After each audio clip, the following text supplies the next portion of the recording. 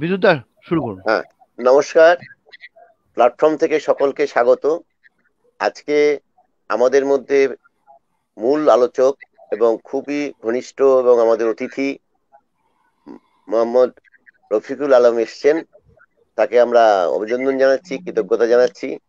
এবং আমাদের সঙ্গে এই প্ল্যাটফর্মের সঙ্গে যারা যুক্ত যারা আছেন তারাও এসছেন, আরো আসবেন। সকলে একে একে পরিচয় হয়েছে, আরো পরিচয় হবে। আমি আজকের বিষয় নিয়ে কিছুটা বলে অভিজিৎ মুসাফিরের কাছে ছেড়ে দিচ্ছি। বাংলাদেশের ঘূর্ণিঝড় প্রবণ দ্বীপগুলোতে মানুষের গত 4 দশক ধরে যে স্বনির্ভর হওয়ার যে গল্প, সেটা রফিক ভাই বলবেন। এবং রফিক ভাই একটা সংস্থা, দ্বীপ উন্নয়ন সংস্থার পরিচালক। এখানে তার ইতিহাস হলো 1971 সালে বাংলাদেশের মুক্তিযুদ্ধের মাধ্যমে যে স্বাধীনতা অর্জন হয়েছিল, সেই স্বাধীনতার মূল একজন মুক্তিযোদ্ধা আমাদের রফিক ভাই। তাকে আজকে বিশেষ করে এই ডিসেম্বর মাস হলো বিজয় মাস। সেই বিজয় মাসে আবার তাকে একটা অভিনন্দন জানাচ্ছি যে আজকে বাংলাদেশ 50 বছর স্বাধীন হয়েছে। তার একজন মুক্তিযোদ্ধাকে আমরা পেয়েছি। আমরা নিজেরা প্ল্যাটফর্ম থেকে গর্বিত। এই জায়গা থেকে ওনারা কাজ করতে আসে যখন কিছু মুক্তিযোদ্ধা এই হাওয়াই দ্বীপে আর কি, এই বিভিন্ন হাওয়াই দ্বীপ, হাতিয়া দ্বীপে নোয়াখালীর কাছাকাছি, সেখানে তারা মূলত মানব সেবার কাজটাই করতে আসেন। কিন্তু একটা জিনিস ওনারা লক্ষ্য করেছিলেন যে ওখানে ঘূর্ণিঝড় এবং প্রাকৃতিক বিপর্যয়ে মানুষরা অনেকখানি ক্ষতিগ্রস্ত হচ্ছে। সেই জায়গা থেকে দাঁড়িয়ে তারা আস্তে আস্তে সংগঠিত হন এবং সংগঠিত হয়ে মূলত যে জায়গাগুলো ওনারা লক্ষ্য রেখে কাজ করতেন, সেগুলো হলো দারিদ্র দূরীকরণ, মানে কিভাবে দারিদ্রকে দূর করা যায়, এবং মা ও শিশুদের বিভিন্ন রকম ভাবে চিকিৎসা বা তাদের বিভিন্ন রকম পরিচর্যা করার কাজ, এবং এই আমাদের ড্রিঙ্কিং ওয়াটার এবং স্যানিটেশনের কাজ গ্রামে যেগুলো হচ্ছে, এবং শিক্ষাটার মধ্যে ড্রপ আউট হয়তো অনেক মানুষ, অনেক শিশুরা হতেন, বিশেষ করে 5, 6, 7, 8-এ। সেই শিক্ষার জায়গাটা ওনারা তুলে ধরেন। এবং ইকো ফ্রেন্ডলি এগ্রিকালচার এবং সোশ্যাল ফরেস্ট্রি ওনাদের অন্যতম কাজ। এবং আরেকটা গুরুত্বপূর্ণ কাজ ওরা করতেন, যেটা বিভিন্ন সময়ে করা যায়, যে স্থানীয় প্রশাসনের সাথে বা প্রতিষ্ঠানের সাথে যে স্থায়ী উন্নয়নের কথা, সাস্টেনেবল এগ্রিকালচার, তাদের অংশগ্রহণ করে এবং সামাজিকভাবে সমস্ত মানুষকে অংশগ্রহণ করিয়ে যে উন্নয়ন পদ্ধতি, সেটা তারা অনেক ব্যাপকভাবে করেছেন। এটা নিয়ে আমাদের গবেষণাপত্রও আছে। আর ক্লাইমেট চেঞ্জ অ্যান্ড অ্যাডাপশন, এইগুলো নিয়ে ওনাদের ধারাবাহিকভাবে কাজ আছে। এবং যেহেতু বঙ্গোপসাগরের পারে কোস্টাল এরিয়া এবং কোস্টাল এরিয়ার পাশাপাশি সব মানুষ, তাদের কোস্টাল কমিউনিটি যাই কি যা বলি না কেন, এইভাবে আছেন। তাদের আবার গবেষণা এবং ডেভেলপমেন্টের একটা বিভাগ আছে, সেটাও খুব গুরুত্বপূর্ণ বিষয় তারা করছেন। মূলত তারা নোয়াখালী জেলার কতগুলো উপজেলা আছে, 3টে। তাদের মধ্যে ফিরোজপুর, লক্ষ্মীপুর, ভোলা, এইগুলোতে ওনারা একদম ঘরে ঘরেই কাজ করেন। তার মধ্যে নিয়ার 40 থেকে 50 হাজার মানুষ এদের সঙ্গে যুক্ত, মানে পরিবারের সঙ্গে যুক্ত। এবং এই পরিবারের মধ্যে তারা এইগুলো সমস্ত বিষয় নিয়ে কাজ করছেন, টোটাল ডেভেলপমেন্ট, টোটাল একটা সার্বিক উন্নয়নের কথা। আরেকটা খুব ইন্টারেস্টিং প্রজেক্ট ওনারা চালান, যেটা হলো কমিউনিটি রেডিও, যেটা হলো ওই সাগরদ্বীপ নাম, সাগরদ্বীপ। আমরা শুনবো ওনার কাছে এই সাগরদ্বীপ নিয়ে। আমি আর অভিজিৎ খুব আলোচনা করেছিলাম, খুব গুরুত্বপূর্ণ এবং উৎসাহীও আমরা। যাই হোক, এই টোটাল ব্যাপারগুলো নিয়ে আমরা রফিকুল নিঝুম আলমের দ্বীপ। কাছে যাব। হম।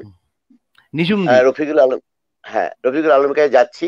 তার আগে অভিজিৎ কুন্ডুকে আমাদের প্ল্যাটফর্ম সম্বন্ধে কিছু বলা, এবং যারা যারা এসছেন, শ্রীজ্ঞান সান্যাল আছেন, তাদের সঙ্গে 2-1 মিনিট কথা বলে আমরা রফিকুল আলমের কাছে গল্প শোনার জন্য ছেড়ে দেবো। সকলকে আদাব এবং নমস্কার, যারা আমাদের অনুষ্ঠান শুনছেন। আমরা দেখে আসছেন যারা নিয়মিত, যে আমরা গত কয়েক মাস ধরে ধারাবাহিকভাবে সমসাময়িক বিভিন্ন বিষয় নিয়ে মূলত উন্নয়নমূলক কাজকর্মের জন্য বিভিন্ন আইন, তৃণমূল স্তরে গণতন্ত্র এবং তার অনুশীলন, তাই নিয়ে নৃতাত্ত্বিক আহ, বিভিন্ন রকম গবেষণা, এবং তার সাথে উন্নয়নমূলক কাজের বিভিন্ন অভিজ্ঞতা যারা করে চলেছেন বিভিন্ন জায়গায়, সমবায় নিয়ে যারা কাজ করেছেন তাদের অভিজ্ঞতা, এগুলি আমরা তুলে আনছি। এছাড়াও প্রাকৃতিক বিপর্যয় এবং প্রাকৃতিক বিপর্যয়ের কারণে মানুষের জীবনযাত্রা যেভাবে ক্ষতিগ্রস্ত হচ্ছে এবং সেখান থেকে তারা কিভাবে নিজেদেরকে আবার উন্নত জীবনযাত্রার ছন্দে নিয়ে আসছেন তারও অভিজ্ঞতা আমরা শুনছি। এখন আজকে এই যে শিক্ষা নীতি নিয়ম আমরা আলোচনা করেছি, আমাদের এই প্রোগ্রামগুলি চলবে। আমাদের এই প্রোগ্রামে বাংলা, আজকে আমরা বিশেষভাবে গর্বিত কারণ বাংলাদেশ থেকে অতিথি আছেন আমাদের মোহাম্মদ রফিকুল আলম। আদাব, নমস্কার রফিকুল সাহেব। বাংলাদেশ থেকে আমাদের আরো একজন আছেন আজকে, অনন্ত পলাশ। পলাশ, আদাব। ও এই মুহূর্তে রয়েছে, ও নিজের পরিচয় দেবে। আর আমাদের সাথে রয়েছে এখানে শ্রী সিজ্ঞান সান্যাল, উনি মিউনিকে রয়েছেন জার্মানিতে। ওখান থেকেই আমাদের প্ল্যাটফর্মের উপদেষ্টা এবং মানে বিশেষজ্ঞ কমিটির মধ্যে আছেন উনি। এই মাধ্যমটি চালাতে উনি নানানভাবে সাহায্য করছেন। উনি আর্টিফিশিয়াল ইন্টেলিজেন্স নিয়ে কাজ করছেন ইউরোপে, খুবই বড় সংস্থাতে। আর আমাদের মধ্যে রয়েছেন ডক্টর অধ্যাপক সুজয় সাহা, উনি ভারতের কেন্দ্রীয় সরকারের এনআইটি ন্যাশনাল ইনস্টিটিউট অফ টেকনোলজির কম্পিউটার সায়েন্স ইঞ্জিনিয়ারিং ডিপার্টমেন্টের অধ্যাপক এবং ডিজাস্টার ম্যানেজমেন্ট ইনফরমেশন নেটওয়ার্ক নিয়ে বিশেষভাবে গবেষণা করেন। ওই জন্যই উনি আছেন ওনার। এবং আমিও দীর্ঘদিন ডিজাস্টার ম্যানেজমেন্ট এবং এনভায়রনমেন্ট নিয়ে পড়িয়েছি এবং বিশেষত জিআইএস, রিমোট সেন্সিং, ম্যাপিং এবং অন্যান্য বিষয় নিয়ে পড়িয়েছি। এবং ভারত সরকারের যে রুরাল গ্রাম উন্নয়নের রয়েছে ধারা কোর্স রয়েছে, কলেজ রয়েছে, সেখানেও কিছু পড়াশোনা করেছিলাম এবং সেই সূত্রে কিছু গ্রাম উন্নয়নের কাজের সাথে গত কয়েক বছর ধরে যুক্তও আছে। অর্থাৎ যা আমরা যেটাকে বলি সেলফ হেল্প গ্রুপ, স্বনির্ভর দল, এবং মানুষের স্বনির্ভর হয়ে উঠতে যে বিভিন্ন গোটা এশিয়া মহাদেশ জুড়েই যে কাজকর্ম চলছে, ভারতেও চলছে। অর্থাৎ গ্রামীণ আজীবিকা, এখানে বলা হয় গ্রামীণ জীবিকা মিশন, সেখানে কাজ করেছি 3 বছর এবং বিশেষ করে আগ্রহী বিপর্যয় মোকাবিলা নিয়ে। আজকে মূল গল্পটা বলবেন রফিকুল সাহেবই, এবং বাকিদেরও বলবো মাঝে মাঝে পুরোটাতে থাকতে, তার বক্তব্য শুনতে, এবং যাতে করে আমি বিশেষভাবে অনুরোধ করব যে বক্তব্য আমাদের সময় অনুযায়ী শেষ করবেন না। অর্থাৎ আমাদের নির্ধারিত সময় আছে 1 ঘন্টা, কিন্তু আমরা আজকের প্রোগ্রামের জন্য সময়টাকে বাড়িয়ে 1.5 ঘন্টা করছি। অর্থাৎ 8টা থেকে 9টা আমরা বলেছিলাম, 9:30 করব। এবং তাতেও যদি আমাদের প্রোগ্রাম শেষ না হয় আজকের মতন শেষ করব, কিন্তু আগামী দিনে অর্থাৎ আগামী আরো 2-3টে প্রোগ্রাম আমরা করব। আমরা এভাবে প্রোগ্রাম করছি, না হলে অর্থাৎ আমরা পুরোটা শুনতে চাই, জানতে চাই, শিখতে চাই এবং এদিককার অভিজ্ঞতার সাথে কিছু মত বিনিময়ও করতে চাই, যাতে এবং আমাদের এই অনুষ্ঠান যারা শুনছেন, যারা দেখছেন, তারা যাতে উপকৃত হতে পারেন। আমি 2-1টা কথা শুধু বলে আপনাকে শুরু করতে বলবো। সেটা হচ্ছে যে আমরা সকলেই কিন্তু দক্ষিণবঙ্গের মানুষ, মানে এরকম আমরা দুটো আলাদা রাষ্ট্রে থাকি, সেটা আমাদের হাতে ছিল না। সেই কারণের জন্য মানে আমাকে কেউ জিজ্ঞাসা করেনি তুমি কোথায় থাকবে বা কোথায় তুমি জন্মাবে। তো আমি সেই অর্থে ভারত রাষ্ট্রে থাকি। তো এখানে যে বিস্তীর্ণ এলাকা দক্ষিণবঙ্গ এবং গোটা বঙ্গেই আমরা সকলেই ঘূর্ণিঝড়ের সাথে খুবই পরিচিত। হ্যাঁ, এবং ঝড় বৃষ্টি এগুলোর সাথে পরিচিত। বিশেষভাবে দক্ষিণবঙ্গের আমাদের এখানে যে জেলাগুলো রয়েছে, বিশেষ করে ঘূর্ণিঝড় প্রবণ এলাকা বলে আমাদের বিপর্যয় মোকাবিলা দপ্তর যেগুলোকে চিহ্নিত করে, পূর্ব মেদিনীপুর, দক্ষিণ 24 পরগনা, উত্তর 24 পরগনা, হাওড়া, হুগলি, এই সমস্ত জেলাগুলো। আমরা যদি সেখান থেকে, আমি আজকে দেখছিলাম যদি আমার টানা চলে যাই সমস্তটা কিন্তু, অর্থাৎ তারপরে সাতক্ষীরা, খুলনা, নোয়াখালী, চট্টগ্রাম, এই যে বিস্তীর্ণ এলাকাটা যাকে আমরা কোস্টাল বেল্ট বলি, এই যে সমুদ্রের আমরা যে মাপি, বাংলাদেশে যদি সমুদ্রের উপকূলের মোট দৈর্ঘ্য ধরি, সেটা প্রায়, আমি রফিকুল সাহেব আরো ভালো ঠিকঠাক বলবেন, আমি যদিও ভুলভাল বলি কারেকশনও ঠিকঠাকও করে দেবেন, শুধরে দেবেন, আমার মনে হয় প্রায় 700-800 কিলোমিটারের মতন হবে। আর এদিকে প্রায় 200 কিলোমিটারের উপরে। আর সোজাসুজি লাইন টেনে আমি ম্যাপে দেখেছি ওই 170 এদিকে পড়ে, আর ওদিকে প্রায় 550-এর উপর। আর কক্সবাজারটা আর একটু নিচে, সুতরাং সেখান থেকে ধরলে কোস্টাল লাইনটা আরো বেড়ে যায়। এই পুরো জায়গাটাতে ঘূর্ণিঝড় এসে আছড়ে পড়ে। এই ঘূর্ণিঝড় তৈরি হয় বঙ্গোপসাগরে, এবং সারা বিশ্বের গবেষকরা দেখেছেন যে গোটা বিশ্বে এই যে যাকে ইংরেজিতে বলা হয় স্টর্ম সার্জ, অর্থাৎ সামুদ্রিক ঘূর্ণিঝড় ডাঙার উপরে এসে আছড়ে পড়ছে, এটা সারা পৃথিবীতে যত হয় তার 40% হয় এখানে। এবং এখানে শত শত কোটি কোটি লক্ষ লক্ষ লোকের বসবাস, তাদের জীবন জীবিকা, চাষবাস, মাছ থেকে শুরু করে সবকিছু। এবং আমাদের আমি আজকে অনুষ্ঠানের আগেই একটি বিশ্ব স্বাস্থ্য সংস্থার রিপোর্টে পড়ে দেখলাম যে বাংলাদেশের ঘূর্ণিঝড়ে বিপর্যয় মোকাবিলা যারা করছেন, যারা সরাসরি কাজ করছেন, তারা কি অসাধারণ অসাধারণ কাজ করছেন, এবং সেগুলো থেকে শেখার আছে। আমরাও এখানে দেখতে পাচ্ছি যে দিনের পর দিন কিন্তু বিপর্যয়, এই ঘূর্ণিঝড়কে মোকাবিলা করার ক্ষেত্রে আগাম সতর্কবাণী থেকে শুরু করে সব ব্যাপারে আমরা অনেক উন্নত হতে পেরেছি। 1970-71 সালের একটা হিসাবে একটা তারা দেখাচ্ছিল প্রায় 5 লক্ষ লোকের মৃত্যু ঘটেছিল, অথচ তারা প্রায় 100-200 গুণ, 100-150 গুণ কমিয়ে নিয়ে এসছেন। আজকের দিনের ঘূর্ণিঝড়ে মাত্র কয়েক হাজার মানুষ গৃহচ্যুত হয়েছেন, গৃহ থেকে এদিক ওদিক ছড়ে গেছেন বা মারা গেছেন। অর্থাৎ বাংলাদেশ প্রায় 100 গুণ তার ক্যাপাসিটি, তার এটাকে বাড়িয়ে তুলেছে। এবং তাতে যারা কাণ্ডারি সেই ভূমিকা পালন করেছেন, তিনি আজকের আমাদের প্রধান অতিথি এবং বলবেন মোহাম্মদ রফিকুল আলম, যিনি 71-এর যে মহান বাংলাদেশ মুক্তিযুদ্ধ তাতে সরাসরি অংশ নিয়েছেন এবং তাদের পুরো বন্ধু বান্ধবদের এবং তিনি সংগঠিত করেছিলেন। সেই দলবল নিয়ে তারা থেকে গেছিলেন ওখানেই, অর্থাৎ নোয়াখালীর দক্ষিণে সেই হাতিয়া দ্বীপ, সেখানে। এবং সেখানে তার একদিকে ঝড়ের বিপর্যয়, তার মধ্যে মুক্তিযুদ্ধের বিপর্যয়, সেগুলিকে কাটিয়ে সামাজিক কাজকর্মের মধ্য দিয়ে তাদের জীবনযাত্রার মান উন্নত করেছেন। এবং তার বেশ কিছুদিন পরে, প্রায় বছর 10 পরে, সেখানে তারা গড়ে তুলেছেন যে দ্বীপগুলোর সমন্বয় সমিতি বা দ্বীপ উন্নয়ন সংস্থা, এবং তার মাধ্যমে তারা জীবন জীবিকা থেকে শুরু করে এমনকি কমিউনিটি রেডিও, এরকম অনেক কাজ করে চলেছেন, যার সরাসরি অভিজ্ঞতা আমরা শুনবো রফিকুল আলম সাহেবের কাছ থেকে। তারপরে আমরা বরং এক এক করে আমাদের বক্তব্য রাখবো বা শুনবো। রফিকুল আলম সাহেব, আপনি আপনার বক্তব্য শুরু করেন, ভালো হয়। আমি অনেকক্ষণ বকবক করে দিয়েছি। শুরু করুন রফিকুল আলম সাহেব। এই রে, আচ্ছা, এটা কি কোনো কারণে আমাকে একটু শোনা যায় ক্লিয়ারলি? হ্যাঁ, শোনা যাচ্ছে, শোনা যাচ্ছে, আপনি বলুন। শোনা যাচ্ছে, ছবিটা একটু স্থির হয়ে গেছে, তাতে কোনো অসুবিধা নেই, এক্ষুনি চালু হয়ে যাবে। হ্যাঁ হ্যাঁ,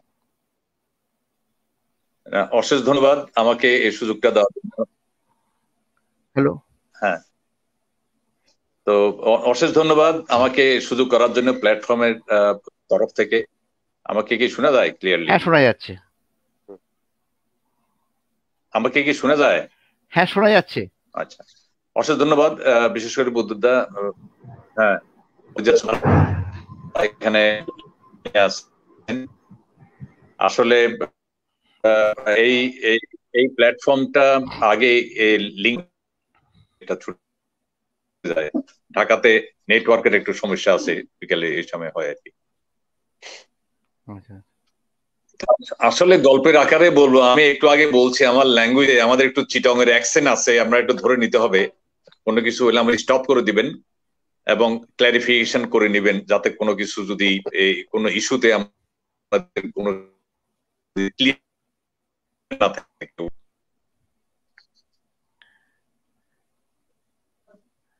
বিদ্যুৎ দাদা শোনা যায় নাকি?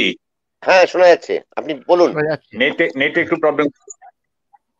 আচ্ছা, অভিজিৎ দা, যদি ভিডিওটাকে আমরা বন্ধ করি তাহলে ডেটাটা বোধহয় কম যাবে, তাহলে বোধহয় একটু ভালো হবে। আমি আমার ভিডিওটা বন্ধ করে দেবো। আমরা কি এখানে লিংক কমিয়ে দেবো তাহলে? হ্যাঁ, লিংক কমাও। আচ্ছা, কমিয়ে দাও। ওকে, শুধু উনি বলুক আর তুমি থাকো, আমরা আছি, তাতে বেটার হবে আমার মনে হয়। ঢাকাতে নেটের একটু প্রবলেম আছে, আমাকে হাত তুলে জানাই। ঠিক আছে। তো আসলে আমার সম্বন্ধে একটু বেশি বলা হয়েছে, আমাদের এত গুণ নাই। সময় এবং সুযোগটা আমাদেরকে আসলে সাহস জুগিয়েছে এ ধরনের কাজ করতে। সালটা ছিল 1970 সাল, আপনারা সবাই জানেন। বাংলাদেশের উপকূলে একটা সাইক্লোন আঘাত করে। এটা ছিল 1991 মাসেই, 1970-এর 12 নম্বর, the worst cyclone in world history.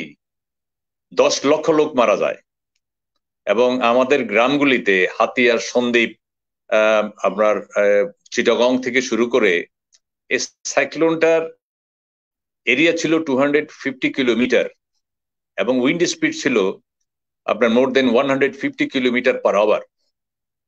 পানির হাইট ছিল আপনার 8 থেকে 10 ফিট। সবাই বুঝতে পারছেন ওই রাত্রেই 12 নভেম্বর রাতে আমাদের উপকূলের অর্ধেক মানুষকে ভাসিয়ে নিয়ে গেছে। এই জন্য কোনো আমরা আর্লি ওয়ার্নিং পাই নাই। আমি তখন ঢাকা বিশ্ববিদ্যালয়ের ছাত্র। দুইটা বিষয় এখানে একত্র হয়েছে। একটা হচ্ছে 69-এর গণ অভ্যুত্থানের কারণে আমরা সব ছেলেরা পালিয়ে বেড়াচ্ছি, পাকিস্তান আর্মি যাকে পারতেছে তারা ধরছে। আমি আইনে পড়ালেখা করি তখন ঢাকায়। আমরা সব বন্ধুরাই তখন যার যার গ্রামে আমাদেরকে পোস্টিং দেওয়া হয়েছে বঙ্গবন্ধুর নেতৃত্বে সংগ্রাম পরিষদ করার জন্য। তো গ্রামে ঘুরে বেড়াচ্ছি, কাজ নাই, ইউনিভার্সিটি কোভিডের মতো ইউনিভার্সিটি কলেজ সব বন্ধ। এই বন্ধটা একদিন দুদিন না, 1969-এর জানুয়ারি থেকে আন্দোলনটা যখন খুব তুঙ্গে উঠলো, আমরা বিশ্ববিদ্যালয় কলেজের ছেলেরাই আমরা গ্রামে চলে গেলাম। আনফর্চুনেটলি সেইবারে আপনার সাইক্লোনটা হলো 12 নভেম্বরের সাইক্লোন। গভর্নমেন্টের হিসাব মতে পাকিস্তান গভর্নমেন্টে বললো এখানে 6 লক্ষ লোক মারা গেছে এবং এটার ইম্প্যাক্টটা 3 বছর কোনো ফসল হয়নি আমাদের গ্রামগুলিতে। এটা 76-এর মনন্তরের চেয়েও খারাপ অবস্থা ছিল। অর্থাৎ স্যালাইনি ওয়াটারের কারণে ইনন্ডেশন এত বেশি হয়েছে, আপনার 3 বছর কোনো ফসল হয় না লবণাক্ততার কারণে। তো বাংলাদেশের গ্রামীণ পরিবেশটা তখন মানে 40 বছর আগে বুঝতেই পারতেছেন, একদিকে মানে ইকোনমিটা 100% এগ্রি নির্ভর, আর এরা ম্যাক্সিমাম মারা গেছে জেলেরা, এবং নারীরা এবং শিশুরা মারা গেছে বেশি। কিছু মেল ছিল, এরা একদম পাগলের মতো হয়ে গেল। তখনই আমরা কিছু ছেলেবেলে একত্র হয়ে এই যে কিছু লাশ দাফন করা, মানুষ গরু ছাগল একত্রে দুর্গন্ধে থাকা যাচ্ছে না। এবং আনফর্চুনেটলি এরপরে আবার শুরু হলো আপনার diarrhoeal disease, strong diarrhoeal disease. তখন কলেরা এবং স্ট্রং আরো ভেরিয়াস ডিজিজের কারণে আমাদের অনেক বন্ধুরা মারা গেল তখন। এটা 70 সাইক্লোনের কথা। বঙ্গবন্ধু এবং মাওলানা ভাসানী দুজনে তখন লিডার ছিল এই বাংলার, দুজনে সরাসরি পাকিস্তানকে ব্লেম করলো, কারণ তারা ওয়ার্নিং দেয় নাই। যদিও স্যাটেলাইট পিকচারে 7 নভেম্বর থেকে এই সাইক্লোনটা যে বাংলাদেশ থেকে ধেয়ে আসছে বে অফ বেঙ্গলে অলরেডি তারা আইডেন্টিফাই করছে। 7 নভেম্বরে এই সাইক্লোনটা ফর্ম হয়েছে। 8 নভেম্বরে ইট বিকাম সাইক্লোনিক স্টর্ম। 9 তারিখে এটা সিভিয়ার সাইক্লোন স্টর্ম হয়েছে। তখন ইউএসএইডের দুইটা স্যাটেলাইট ছিল, একটা স্যাটেলাইট নোয়া এবং এসা। এরা স্টর্ম ওয়ার্নিং সেন্টারে ঢাকায় এরা সিগন্যাল দিয়ে গেছে, ইনফরমেশন দিয়ে গেছে, কিন্তু পাকিস্তান গভর্নমেন্ট তখন কোনো এটা গুরুত্বই দেয় নাই, এটা ইনফরমেশনে দেয় নাই এবং মানুষ কোনো খবরই পায় নাই। যদি মানুষ মিনিমাম ইনফরমেশনটা পাইতো তখন নিশ্চয়ই এই কুলে কুলে এই সমুদ্রের কুলেগুলো বসে থাকতো না। এই সলিল সমাধি তো এটা ভাষায় প্রকাশ করা যাবে না। আপনার ওই তখন নিউজও 1 মাস পরে ঢাকাতে আপনাদের বাংলাদেশ টাইমস, অবজারভার এদের সাংবাদিকেরা তখন লিমিটেড স্কেল ঢাকা থেকে 250 কিলোমিটার দূরে আপনার একটা আইল্যান্ডে যে ইনফরমেশন আনা উপকূলবর্তী, তখন এটা সুযোগও ছিল না। শুধু দৈনিক ইত্তেফাক, দৈনিক আজাদি এরা কিছু হেডলাইন করলো, আত্মীয় স্বজনরা জানতে পারলো 1 মাস পরে। এই বিশ্ব বিবেক তখন একেবারে স্তব্ধ হয়ে গেল। জাতিসংঘে তখন একটা আইন পাশ হলো যে ইন্টারন্যাশনাল অর্গানাইজেশন গুলো যাতে এখানে রিলিফ নিয়ে সাহায্য নিয়ে আসে। তো সেই সুযোগে আমি এই মুক্তিযুদ্ধের নভেম্বরের আপনার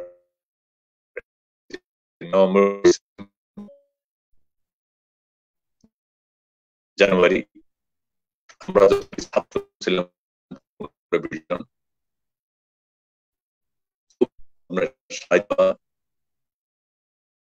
আর বিভিন্ন ত্রাণ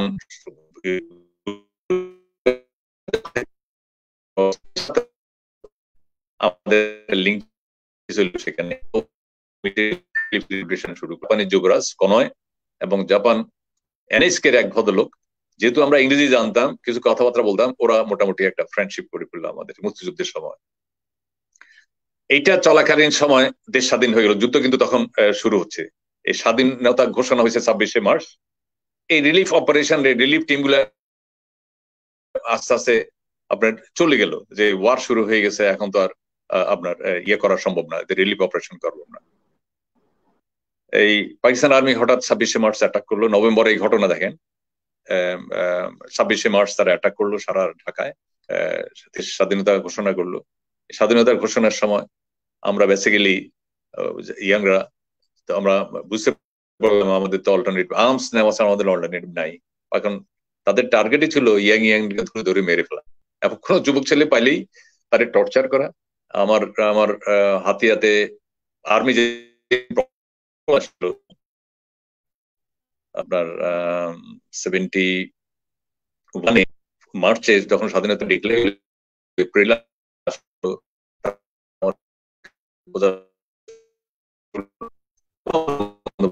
আছে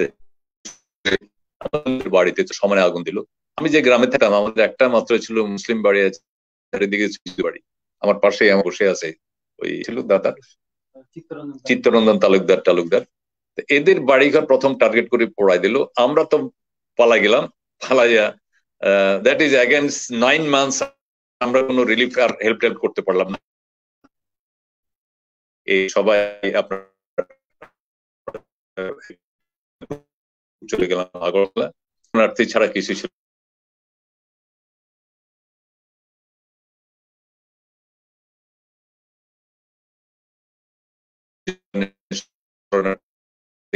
ক্যাম্পের কথা। খাদ্য ছিল না। আমরা এই যে বাংলাদেশ ছেলেরা যেভাবে এত সুন্দরভাবে জীবনযাপন করতাম, আমরা কষ্ট তা মুক্তিযুদ্ধ আমাদের আবার 3-4 মাস সময় লাগছে। সেখানে আস্তে আস্তে ট্রেনিং গ্রহণ করছি, এবং আমি লাস্টে আমাদের বেঙ্গল লিবারেশন ফোর্স যেটা মুজিব বাহিনী ছিল ওইটাতে এনরোল হলাম, এবং আমি শর্টলি যেটা বলি আমাকে মুজিব বাহিনীর কমান্ডারের দায়িত্ব দেওয়া হলো। I came back to Hatiya island. আমি আগস্টে মানে এপ্রিলে ইন্ডিয়া চলে গেলাম, March April May June July আগস্টে আমি হাতিয়া চলে এসলাম। আমাদেরকে বলা হইলো বিফোর 15 আগস্ট পাকিস্তানের ইয়ার আগে মানে 14 আগস্টের আগে আমরা যেন হাতিয়া থানাকে মুক্ত করে ফেলি। এর কারণ ছিল আমাদের সাথে শখানিক মুক্তিযোদ্ধা ছিল, আমরা সবাই তো ঢুকতে পারি নাই, 70 জনের মতো ঢুকছি কিছু আর্মস টার্মস নিয়ে, ট্রেনিং নিয়ে। এইখানে আমরা যেটা আবার করলাম যে সবাই তো যুদ্ধ যেতে পারে নাই, এই ক্রাইসিস পিরিয়ডে আমাদেরকে বলা হইলো 14 আগস্টের আগে, অর্থাৎ পাকিস্তানের স্বাধীনতা দিবসের আগেই আমরা হাতিয়া থানাকে ইয়ে করতে হবে, মানে মুক্ত করতে হবে। It was very tough for us. কিন্তু সবচেয়ে প্রথমে চিন্তা করছিলাম রাজাকারদের সংখ্যা এত বেশি, এটা আমরা কিভাবে সম্ভব হবো করবো এটা। এবং আগরতলা থেকে আমাদেরকে বলা হলো তোমরা যদি হাতিয়া এই আইল্যান্ড গুলোকে মুক্ত না করো এবং সেখানে যদি না থাকো, 7 ফ্লিট আপনারা জানেন তখন বে অফ বেঙ্গলের দিকে মার্চ হইতেছিল। হিস্ট্রিক্যালি এই 7ম নৌবহর আমেরিকানরা বে অফ বেঙ্গলে ঢুকাবে এবং আইল্যান্ড গুলোতে মেসাগার করে ফেলবে। ভিতরে যদি মিনিমাম রেজিস্ট্যান্স না হয় তাহলে তো তোমার মা বোনদের ইজ্জত কারো থাকবে না। তো সৃষ্টিকর্তার অসীম রহমত, আমরা যখন ঢুকলাম এত কষ্টের পরেও 70 সাইক্লোন এবং এত পাকিস্তানি আর্মিদের টর্চারের পরেও মানুষ আমাদেরকে মানে নিজেদের সন্তানের মতো, যে বাড়িতে খাদ্য ছিল না তারাও নিজেদের খাদ্যটা মিনিমাম যেটা জোগাড় করতে পারলো তারা আমাদেরকে এই খাওয়া এবং আশ্রয় দিল। প্লাস সখানি মুক্তিযোদ্ধা দর্জন করে আমরা বিভিন্ন বাড়িতে অবস্থান করলাম, এবং এরা ওই দিনের বেলা আমরা তো বের হইতে পারতাম না, রাত্রে বের হইতাম আরো বেশি অর্গানাইজ করার জন্য। আমাদের স্ট্যান্ড বাড়ানোর জন্য আমরা আইল্যান্ড থেকে আরো শখানিক যুবক আইডেন্টিফাই করলাম, কারণ আমরা জানি যুদ্ধ অনেকদিন কন্টিনিউ করবে, গেরিলা যুদ্ধের প্রস্তুতি নিতে হবে। তো ফরচুনেটলি তখন আমার সাথে জাপানি একটা টিম হাতিয়াতে ইন করলো, জাপান রেড ক্রসের। আমরা বললাম যে তারা আমাদের পারমিশন চাইলো, তোমরা যদি অ্যালাউ করো আমরা তোমাদেরকে হেল্প করবো, কম্বল টম্বল দিয়ে। আমাদেরও দরকার হয়ে পড়ছিল, কারণ এপ্রিল মে জুনের দিকে এই অক্টোবর নভেম্বরের দিকে ঠান্ডা পড়া শুরু করছিল। মুক্তি বাহিনীর সদস্যদের কাছে আপনার ইয়ে ছিল না, খাদ্য ছিল না এবং কম্বল টম্বলও ছিল না। তো আমরা একটা মিস কমিউনিকেশন হয়েছিল, আমাদেরকে একটা ইনফরমেশন দিছিল যে জাপানিজদেরকে তোমরা যা অ্যালাউ করতেছ তারা তো আমেরিকার সাথে they have a good linkage, তারা তো সিএর হয়ে কাজ করতে পারবে, গো ফর অপারেশন। ওই দিন যদি ওই ডাবমালাতে আমরা অপারেশনটা করতাম তাহলে হয়তো ইতিহাসটা অন্যরকম হইতো। ফরচুনেটলি ওই জাপানি যখন আমরা হাতিয়া থানা অ্যাটাক করলাম সেটা ছিল 31 অক্টোবর। আমরা 14 আগস্টে পড়লাম না, কারণ চারিদিকে রাজাকাররা ট্রেনিং নিয়ে ফেলছে, শতাধিক রাজাকার থানাতে ক্যাম্প করছে। তো খুব একটা এই যে একটা সাইক্লোন এবং টর্নেডো, যেই রাতটা আমরা আইডেন্টিফাই করছি, ফরচুনেটলি 31 অক্টোবর ছিল 3 নম্বর সিগন্যাল। পাকিস্তান আর্মি এবং ওদের ক্যাম্প ট্যাম্প গুলা সিগন্যালের পরে ও আর ওই আর্মি মানে আইল্যান্ডের আশেপাশে ছিল না, তারা মোটামুটি ওই নোয়াখালীর দিকে ওই ক্যাম্পের দিকে গানবোট টানবোট গুলি সরে গেল। আমরা ওই 3 নম্বর সিগন্যালের দিন রাত্রে রাত 12টা 1 মিনিটে বৃষ্টি বাতাস প্রায় 60-80 মাইল বেগে বৃষ্টি ছিল, ঝড় ছিল। 12টা 1 মিনিটে আমরা অপারেশন অ্যাটাক করি এবং আমরা হাতিয়ারকে মুক্ত করি। তো এইটা হচ্ছে মানে একটা স্টেজ। আমার কথা কি ক্লিয়ারলি বুঝতে পারতেছেন আপনারা? হ্যাঁ, পরিষ্কার শোনা যাচ্ছে এখন। মাঝে দু একটা সামান্য প্রবলেম হয়েছিল, এখন শোনা যাচ্ছে, আপনি বলে যান। খুব ভালো শোনা যাচ্ছে, খুব ভালো গল্প হচ্ছে। আমরা সবাই আছি, একটু অফ করে আছি আর কি, মানে ড্যাশবোর্ডে সবাই আছে। আমি তো কথা বক বক করে বলে যাচ্ছি, আমাকে মাঝে মাঝে বলে যান, আপনি আপনার মতন পুরোটা বলে যান, খুব ভালো হচ্ছে। আমরা সবাই এবং সকলে শুনছেন আর কি। আসলে ভালো করে যাতে এই নেট মানে দেখা যায়, সেই জন্য সবাইকে অফ করে দিচ্ছি, যাতে কোনো জ্যাম না হয়। এটা ছিল এই আমার সাথে মুক্তিযুদ্ধের ইনভলভমেন্টটা। যেহেতু আপনারা জানেনই, আমরা এই মুক্তিযুদ্ধের গল্পটা মূলত কিন্তু 66 থেকে শুরু বাংলাদেশে। 66-এ শেখ মুজিব বঙ্গবন্ধু 6 দফা দাবি দিলেন বাংলাদেশের সাহিত্য শাসনের পক্ষে। আমরা স্টুডেন্টরা বাংলাদেশ ছাত্রলীগের যারা মেম্বার ছিলেন, ম্যাক্সিমাম ছিলেন বাংলাদেশ ছাত্রলীগের মেম্বার। আমরা তো তখনই বুঝলাম যে পাকিস্তানে আমাদের চাকরি হবে না, যত ভালো রেজাল্ট করি চাকরি হবে না, হয়তো ওয়েস্ট পাকিস্তানে যাইয়া লোয়ার ডিভিশন ক্লার্কের চাকরি করতে হবে। আমরা তখন অল্টারনেটিভ লেভে 6 দফাকে সমর্থন দিলাম আমরা। এটা পরে 11 দফা হলো 69-এ। এটারও নেতৃত্বে আমাকে দায়িত্ব দেওয়া হয়েছিল কোস্টাল বেল্টকে অর্গানাইজ করার জন্য, যে জন্য আমার এই 69-এ প্লেস অফ পোস্টিংটা ছিল আমার হাতিয়া আইল্যান্ডে, এটা মাদারল্যান্ড। তো এখানে এই যে সাইক্লোন এবং মুক্তিযুদ্ধ দুইটাই এত পেনিক ছিল আমাদের জন্য। আসলে ওই এটা আমাদের বড় লার্নিং। এত কষ্ট না হইলে বোধহয়, এত কষ্ট যদি আমরা না দেখতাম, এত মৃত্যু যদি 70 সাইক্লোনে না দেখতাম, আমরা বোধহয় ঘুরে দাঁড়ানোর জন্য এই শক্তি সাহসটা আমরা বোধহয় সঞ্চয় করতে পারতাম না।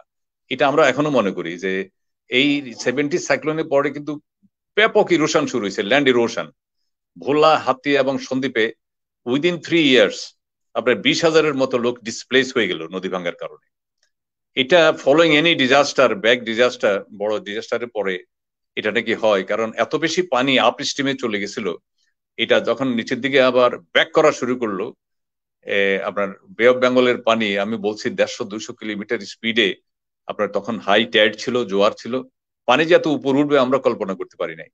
এইটার এই ফ্লোটা পরে আরো 3 বছর কন্টিনিউস করছে। আই ডো নট নো, অনেক সায়েন্টিস্টরা বলে ওই সাইক্লোনে ট্র্যাক চেঞ্জ করে ফেলছে নদীগুলো, নইলে এত বেশি রোশন ওখানে হওয়ার কথা ছিল না। একদিকে মুক্তিযুদ্ধ, আমরা 31শে অক্টোবর হাতিয়াকে স্বাধীন করে ফেললাম এবং হাতিয়ার টোটাল ল অ্যান্ড অর্ডার আমরা টেক আপ করলাম। ম্যাক্সিমাম ছেলের বয়স 18 থেকে 20 বছর, 3-4টা উপজেলার দায়িত্ব, প্রায় 10 লক্ষ মানুষ, এদের খাদ্য, এদের ইলেকট্রিক আপনার সিকিউরিটি, সবকিছু আমাদের তত্ত্বাবধানে। ওই 31 তারিখ রাত্রেই পাকিস্তানি পতাকা নেমে গেল আপনার এই 3-4টে আইল্যান্ড থেকে। বাংলাদেশের সেই পতাকাটা, বাংলাদেশের এখন যে পতাকাটা আছে মাঝখানে একটা লাল সূর্যের মধ্যে একটা বাংলাদেশের ম্যাপ ছিল, আপনারা হয়তো খেয়াল আছে। আমাদের প্রথম পতাকাটা ছিল যে পতাকাটা আমরা ঢাকা বিশ্ববিদ্যালয়ের সামনে বঙ্গবন্ধুর হাতে তুলে দিয়েছিলাম 7ই মার্চে। সেই পতাকাটাই মানুষের বাড়ির ছাদে, কেউ গাছের উপরে, কেউ মাথায় তুলে দিল। 31শে অক্টোবর হাতিয়া স্বাধীন হওয়ার পরে আমাদের উপর বিরাট একটা দায়িত্ব পড়লো যে লক্ষ লক্ষ মানুষের খাদ্য, তারপর তাদের নিরাপত্তা, এটা কিভাবে এনশিওর করবো আমরা। তখন আস্তে আস্তে আমরা গ্রামে এই যে যারা একটু মুক্তিযুদ্ধের পক্ষের লোক ছিল এদেরকে নিয়ে সমিতি ফরমেশন, আমি কিছু রবীন্দ্রনাথের আমার ছেলেবেলায় স্কুলে কিছু রবীন্দ্রনাথের যে সমবায় পদ্ধতির উপরে কিছু রাইট আপ, এটা আমি স্কুলে পড়ছিলাম, আমাদের বন্ধুরা কিছু পড়ছিল। আমরা এই গ্রামে এই কিছু সমিতি ফর্ম এটা ডিফারেন্ট টাইপের, যারা একটু মুক্তিযুদ্ধের পক্ষের লোক তাদেরকে বলা হলো যাদের বাড়িতে খাদ্য আছে, এই সমিতির কাজ ছিল যাদের বেশি বেশি খাদ্য আছে তাদেরকে মোটামুটি যাতে চাল ডাল একটু খিচুড়ির মতো রান্না করে খাওয়ানো টানো যায় কিনা এই ব্যবস্থাটা করা। যাদের বাড়ি পড়ে গেছে তাদেরকে আমরা একটা অ্যানাউন্সমেন্ট দিলাম স্বাধীনতার পরে, যারা লুটপাট করছে পাকিস্তান আর্মিদের সাথে। প্রথম আমরা ম্যাসিভ কিলিংও যাই নাই, তো হাতে হাতে কিলিং হয়েছে। পাকিস্তান আর্মি আমাদের এরিয়াতে 15-20 জনকে সারি শুট করে মারছে, আপনার 50টার উপরে বাড়িঘর পড়াইছে। মুক্তিযুদ্ধেরও কাউন্টার কিলিংও গেছে, সেটা আমাদের এক্সপিরিয়েন্স। তো সেখানে পলিটিক্যাল কিলিং এর না যে মোস্টলি সোশ্যাল ক্রিমিনালকে এলিমিনেট করার জন্য মুক্তিযুদ্ধের একটা গ্রুপ খুব সিভিয়ার হয়ে গেছিল। এইটাও আমরা কন্ট্রোল করতে হয়েছে আমাদের। বললাম না যে 80-90 জন ছেলে ইউনিভার্সিটি কলেজে পড়ুয়া, যাতে পাকিস্তান আর্মিদের রাজাকাররা জিজ্ঞাসার কারণে রেজাল্টটা করছে, মুক্তিবাহিনীর এই জিনিসটা করে নাই। এবং যে জন্য আজও আমরা যে 40 বছর পরে ওখানে যে এনজিও করি এখনো টিকে আছি, পিপল লাভ আস বিকজ তারা ওই ক্রাইসিস পিরিয়ডে আমাদের ক্যারেক্টারটা খুব ভালো করে দেখছে। এবার মুক্তিযুদ্ধের পরে বঙ্গবন্ধু বললো আমার হাতে কিছু নেই, আমরা অস্ত্র জমা দিলাম। 16ই ডিসেম্বর দেশ স্বাধীন হয়ে গেল, স্টেডিয়ামে আমাকে বললো আসো অস্ত্র জমা দাও, তোমরা অস্ত্র জমা দিলাম। উনি প্রথমে আমাদেরকে বললেন আমার তো বাবা কিছু নাই, তোমরা কি আরো 1 বছর কষ্ট করবা, আবার কি একটু যেতে পারবা পুনর্বাসনের জন্য, খাদ্য দিতে পারবো না, চাকরি দিতে পারবো না। আমাদের ধারণা ছিল দেশ স্বাধীন হয়ে গেছে, মুক্তিযোদ্ধাদের বোধহয় রেগুলার আর্মি হিসেবে ওনারা এনরোল করবে। কিন্তু বাংলাদেশ গভর্নমেন্টের সেই ইকোনমিক অর্থনৈতিক ক্যাপাসিটিটা ছিল না এতগুলি ছেলেরা অ্যাবজর্ব করে বেতন ভাতা দেওয়া। Then we go back again, আমরা দেখলাম ইউনিভার্সিটি কলেজ আর খুলবে না ইমিডিয়েট স্কিলে। আমরা তখন সেখান থেকে আপনার ধারণাটা 70 to 80 10 বছর মূলত আমরা এই রিলিফ অ্যান্ড রিহেবিলিটেশনের সাথে সম্পৃক্ত ছিলাম। এখানে আমাদের লার্নিংটা ছিল রিলিফ দিয়ে মানুষের রিলিজ করা সম্ভব না। ওইখান থেকে আমরা আর 90 দশকের দিকে আমরা ধীরে ধীরে এই যে এনজিও মানে সমিতি করার একটা প্রক্রিয়া শুরু করেছি, যেটা দাদা বললেন। কারণ আমরা রিলিফ দিয়ে দেখছি প্রচুর রিলিফ জাপানি বা 18-19টা অর্গানাইজেশন সেখানে কাজ করছে। এটা দেখে মানুষের ডিপেন্ডেন্সিটা, মানুষ বেড়ে গেছে, মানুষের জমিতে যেতে চাচ্ছে না, সে হালের বলদ নিয়ে, গরু তো নাই এমনি মারা গেছে গরু ছাগল, তারপরও তাদেরকে যতই আমরা ওইদিকে যেতে বলি কেন জানি তারা ইউনিয়ন পরিষদ লোকাল গভর্নমেন্ট ও বসে বসে ওই যে রিলিফ মানে রিলিফ দিকে তারা বসে। আমরা বললাম না, এইটা থেকে তো আমাদেরকে মুক্ত করতে হবে সবাইকে।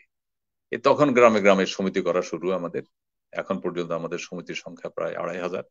দাদা বিদ্যুৎ যেটা বললো সদস্য সংখ্যা আমাদের 60,000 উপরে। এরা কিন্তু সেলফ সেভিংস করে আমাদের। আমরা প্রতি মাসে ইনিশিয়ালি তখন ছিল আপনার 5 টাকা, ওই যে চাল মুষ্টি মুষ্টি চাল জমা ছিল ওইখান থেকে কিছু একটা করতাম, 2 টাকা সঞ্চয়, এরপরে 5 টাকা, এখন এটা 50 টাকা, 100 টাকা, 200 টাকা পর্যন্ত সঞ্চয় আসছে। This is our own capital. আমাদের প্রায় 5 কোটি টাকা ছিল 1990-তে। এখন আমাদের সেভিংস আছে প্রায় আপনার টোটাল সেভিংস কত, প্রায় 50 কোটি টাকার মতো আমাদের ওন সেভিংস আছে। আমরা ফাইন্যান্সিং করি আমাদের সমিতিতে, এবং এগুলিতে agriculture, livestock, fishery, what not, মানুষের গ্রামে যাই আছে সেটা করে। এইটা হচ্ছে একটা দিক। আর ডিজাস্টার রিস্ক রিডাকশনের জন্য আমরা 80-র দিকে আমরা দেখলাম, এটাতে 80-র দিকে আবার যদি সাইক্লোন আসে, আবার যদি হয় এইভাবে সাইক্লোন আসে আমরা কি করবো। 80-র দিকে আমরা বিভিন্ন ডোনারদের সাথে আলাপ করে কিছু সাইক্লোন শেল্টার করছি প্রায় 200-র মতো। আবার আর একটা মডেল আমরা করছি সেখানে, যেখানে সাইক্লোন শেল্টার করা যাবে না সেখানে কি করা যাবে। লো লাইং এরিয়া যেগুলি সি লেভেল থেকে মাত্র 2 থেকে 3 ফিট উঁচু, মাটির কন্ডিশনটা ভালো না, ইনফ্রাস্ট্রাকচার করার সম্ভব নয়, সেটা আমরা জানবেন বঙ্গবন্ধু পরে এটা অ্যাপ্রুভ করেছে। মাটির কিল্লা 20 ফিট উঁচু, চারিদিকে 50টা করে পরিবার পুনর্বাসন করা যাবে, এবং চরাঞ্চলে এগুলি ড্রিঙ্কিং ওয়াটার থাকে। এই ধরনের কিল্লার সাথে আমি সম্পৃক্ত হই, এবং 80-র দশক থেকে বঙ্গবন্ধু এই ফান্ডটা অর্গানাইজ করে দেয় কোস্টাল বেল্টে। প্রায় আমরা 250 থেকে 300টা কিল্লা করি, কিল্লা, মাটির কিল্লা। এটা 2টা উদ্দেশ্য ছিল। একটা হচ্ছে ক্যাশ ফর ওয়ার্কস, মানুষকে প্রচুর কাজ দেওয়ার সুযোগ সৃষ্টি করে দেওয়া, প্লাস যদি যেসব এলাকাতে সাইক্লোন শেল্টার করা যাবে না সেখানে তারা গরু ছাগল বা তাদের মহিষ নিয়ে বা বাথান যেটা বলে ওরা যাতে শেল্টার নেয়। এর সাথে সাথে ডোনাররা অনেক টাকা নিয়ে আসছে, যেটা ক্রিটিসাইজ হয়েছে ব্যাপক। সাইক্লোন শেল্টার ওরা ওয়ান টাইম সাইক্লোন শেল্টার প্রচুর, এটা বিগেস্ট সাইক্লোন ছিল আমাদের চিটং বেল্টে, ওটা তো 10,000-এর মতো লোক মারা যায়। সেখানে আমরা ইনভলভ হইলাম বিপণন সংস্থা ব্যাপকভাবে। এই যে বিদেশি প্রেসক্রিপশনে ওরা অনেকগুলি মডেল আমাদের দিয়ে করাইলো, যে গুচ্ছগ্রাম, তারপর আপনার কাস্টার্ড ভিলেজ, গভর্নমেন্টও এটার সাথে অ্যাড হইলো। এগুলো হইলো মানুষকে ছোট্ট ছোট্ট আপনার ইয়েতে মানে গ্রামের লোকেরে অনেকটা শহরের কলোনির মতো করে, মানে স্ল্যাম এরিয়ার মতো ছোট ছোট প্লট দিয়ে ছোট ছোট ঘর করে। আমরা 2 বছর পরে দেখলাম এসব ঘর ফেলে মানুষ আবার গ্রামে চলে গেছে, অর্থাৎ তার জীবন জীবিকার কোনো ব্যবস্থা নেই। 90-এর দশকে আমরা একটা মুভমেন্ট শুরু করলাম, অল এনজিওরা। আমি অ্যাডাবে ভাইস চেয়ারম্যান হিসাবে নির্বাচিত হইলাম। আপনারা জানেন অ্যাডাব বাংলাদেশের সবচেয়ে বড় নেটওয়ার্ক এনজিওদের, প্রায় 2000 মেম্বার আছে। আমি এখনো এটার সাথে সম্পৃক্ত আছি। আমরা গভর্নমেন্টের সাথে অ্যাডভোকেসি আর লবিং শুরু করলাম, লুকিং ওভার 70 সাইক্লোন 90 সাইক্লোন। বেশিরভাগ লোক মারা গেছে আপনার যারা খাস ল্যান্ডে ছিল, যারা ওপেন ল্যান্ডে ছিল, ল্যান্ডের ওনারশিপ ছিল না, জেলে মারা গেছে সবচেয়ে বেশি। আমরা একটা ল্যান্ড মুভমেন্ট শুরু করলাম সারা বাংলাদেশে। মিলিটারি গভর্নমেন্ট প্রথম খুব একটা টর্চার করলো আমাদের, কাজী ফারুক টারুক সম্বন্ধে জানেন তো, এরা সবাই মুভমেন্ট করলো। তারপরও আওয়ামী লীগ গভর্নমেন্ট 91-এ একটা নেগোসিয়েশন আসলো, আমরা প্রায় 20,000 লোকের খাস জমি দিতে পারছি কোস্টাল বেল্টে, এবং আমার এরিয়াতে প্রায় 4,000 লোকের আমরা খাস জমি দিছি।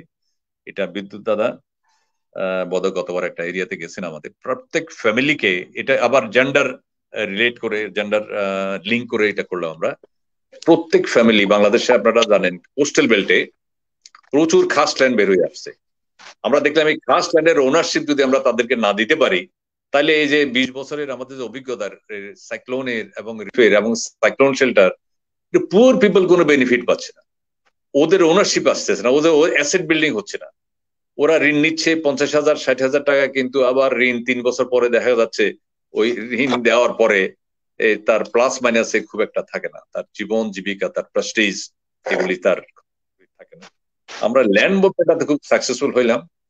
আমরা লোকাল গভর্নমেন্টে সেখানে মেম্বারশিপ অর্জন করলাম, গভর্নমেন্টের প্রেসারাইজ করে, এবং 1 একর খাস জমি, মানে অনেক বড় ল্যান্ড বাংলাদেশে জানেন, 1 একর মানে হাজবেন্ডের নামে 50 ডেসিমেল, ইয়ে নামের তার ওয়াইফের নামে 50 ডেসিমেল, 1 একর করে। এইটা 95 থেকে শুরু করে 2000 এখন পর্যন্ত প্রোগ্রামটা চলছে। আমরা প্রত্যেক জেলাতে গভর্নমেন্টের সাথে একজন করে ডিস্ট্রিক্টে কমিটি করা হলো, সেখানে এনজিওরা লিড নিল এবং গভর্নমেন্ট কোয়ালিফাই করলো। তালিকাটা আমরা দিব, গভর্নমেন্ট টেস্ট করবে, যদি ভুয়া হয় তারা ক্যান্সেল করবে, লিগেল হলে তার দিবে। এবং এখানে মিডিয়া আমাদেরকে প্রচুর ভাবে হেল্প করলো। ইন্টারন্যাশনাল কিছু অর্গানাইজেশন এখানে ফান্ডিং করলো, মানে একটু লাইট মাইন্ডেড কিছু অর্গানাইজেশন, লাইক কানাডা, সিডা, অক্সফাম, এরা। কিন্তু আবার রিলিফ ওরিয়েন্টেড কিছু অর্গানাইজেশন আমাদের বিপক্ষেও গেল, যে তারা এটা হয়তো রাইট মুভমেন্ট করতেছে। আমরা মনে করি এইটার পরে আমাদের একটা নেটওয়ার্ক হয়ে গেল সারা বাংলাদেশে, এটা এখনো আছে, ALRD, association for land and development, খুশি কবির টবির এরা সব এটার সাথে সম্পৃক্ত আছে। এই ল্যান্ড মুভমেন্টটা আমাদের একটা বিরাট মাইল ফলক এনজিওদের, যেখানে ওদের ওই ল্যান্ড গুলোতে আমরা দেখছি 20 বছর আগে, যেখানে তার 12 মাসের খোরাকি হয় না, আমরা বলি যে এই আশ্বিন কার্তিক মাসে বেসিক্যালি আমাদের ফসলের যে ইয়েটা হতো, ওদের শর্টনেস থাকতো। এই ল্যান্ড রিফর্মস এর পরে তারা 3-4টা ফসল ফলানোর চেষ্টা করলো। এখানে আমরা আস্তে আস্তে অল্টারনেটিভ এগ্রিকালচার এর মধ্যে এই জমিগুলো যখন মালিক হলো, আমরা থার্ড ক্রপ নিয়ে আসলাম সেখানে, তরমুজ, বাদাম, কোস্টাল বেল্টে যেগুলো হয় আর কি, আপনার মরিচ, তারপর ধনিয়া, এবং এগ্রিকালচার ডিপার্টমেন্টটাও দেখলাম এটা খুব হলো, পজিটিভ ভিউতে নিল।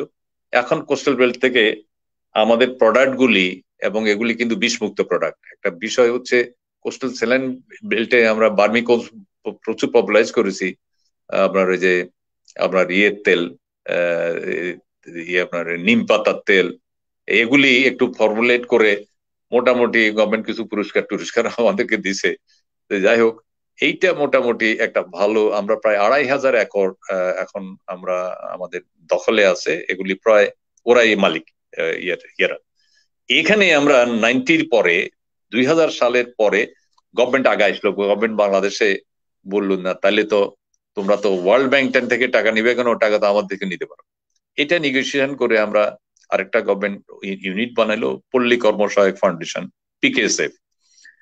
এখানে পিকেএসএফ এর থেকে এখন আমরা যে টাকাটা নিচ্ছি সারা বাংলাদেশে প্রায় 2000 মতো অর্গানাইজেশন 4% ইন্টারেস্টে আমরা এটা 8% থেকে 9% ইনভেস্ট করি।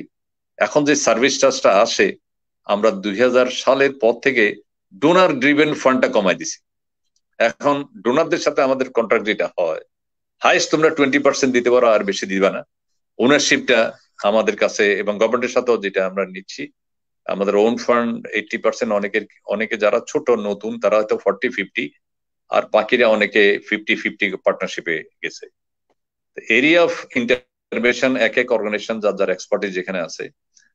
ডিজাস্টার রিস্ক রিটার্নের সময় বিদ্যুৎ যেটা বললেন, যে আমরা দেখলাম যে এই আইসোলেটেড এরিয়াগুলিতে আর্লি ওয়ার্নিং এর জন্য কমিউনিটি রেডিও ছাড়া অল্টারনেটিভ নাই। এবং এইটা Bangladesh government it takes 30 years আমাদের মুভমেন্টে প্রাইভেট লেভেলে তারা রেডিও দিতে চাচ্ছে না। যাদবপুর ইউনিভার্সিটি রেডিওতে আমি দেখতে গেছিলাম, বিদ্যুৎ দাদা বোধহয় কলকাতাতে ছিলেন না, দ্যাট মডেল আমরা ওই ফলো করছি। এখন তো 18টার মতো রেডিও হয়ে গেছে, ওই নেটওয়ার্কের সাথে আমরা জড়িত আছি। এই রেডিওটা মোটামুটি এখন লোকাল ল্যাঙ্গুয়েজ, এখন পর্যন্ত যে ওয়ার্নিং গুলি দেওয়া হয়, people are not educated like West Bengal. যে 3 নম্বর সিগন্যাল, 9 নম্বর সিগন্যাল না 8 নম্বর সিগন্যাল, বন্দরের ডান দিকে যাবে, বন্দরের বাঁ দিকে যাবে না উত্তর দিকে যাবে। আমার তো আইল্যান্ডের পিপল এগুলো বুঝে না, তারা সরাসরি বলতে হবে, ভাই তোমার হাতিয়া দ্বীপ থেকে বে বেঙ্গলের 200 মাইল দূরে সাইক্লোনটা আছে, 2000 মাইল দূরে, এটা রাত্রে আঘাত করতে পারে, রাত্রে জোয়ারের সময় পানি বাড়তে পারে, এবং তোমরা এই রাত্রে জোয়ারের সময় দাদারা কেউ ইয়েতে যাও না, এটা কি নদীতে যাও না, এটা সিগন্যাল 6 নম্বর বাড়বে। এই যে 1970-র যে হ্যাবক, 10 লক্ষ লোক মারা গেছে, মানুষ কিন্তু এখন ভুলে গেছে। তা জীবিকার জন্য এখনো আজকে এই মুহূর্তে বে অফ বেঙ্গল এখনো আপনার 50 থেকে 60,000 জেলে আছে আমাদের, কিন্তু তারা জানে ওয়ার্নিংটা এই আমরা রেডিও হইলেও পাবো, সিগন্যাল হইলেও পাবো। তো এই প্ল্যাটফর্মে আমার অনেক ধন্যবাদ, আমি তো অনেক বেশি কথা বলে ফেলছি। তো আমাদের 70 থেকে 80 দশকটা ছিল রিলিফ লিবারেশন একটা অভিজ্ঞতা, ক্রস অভিজ্ঞতা, বিদেশি দান, বহু কন্ডিশন, বহু চরিত্র নষ্ট হয়ে গেছে আমাদের 70-তে 80-তে। এটা একটা ব্যাড এক্সপেরিয়েন্স আমাদের জন্য, গুড এক্সপেরিয়েন্স বলতে পারেন। এখান থেকে বের হয়ে অনেক এনজিও টিকে নাই, এর গভর্নমেন্টে তাদের বিরুদ্ধে আইনগত ব্যবস্থা নিছে, অনেক নষ্ট হয়ে গেছে, অনেকে আবার এই সুবাদে বড় বড় জব নিয়ে বিদেশেও চলে গেছে। 90 থেকে 2000 এই ইয়ার এই 10 বছর আমরা কিন্তু এডুকেশন, এই হেলথ এগুলি দিয়ে গেছি, লাইভলিহুডের দিকে আমরা অল্টারনেটিভ এডুকেশন কি হইতে পারে।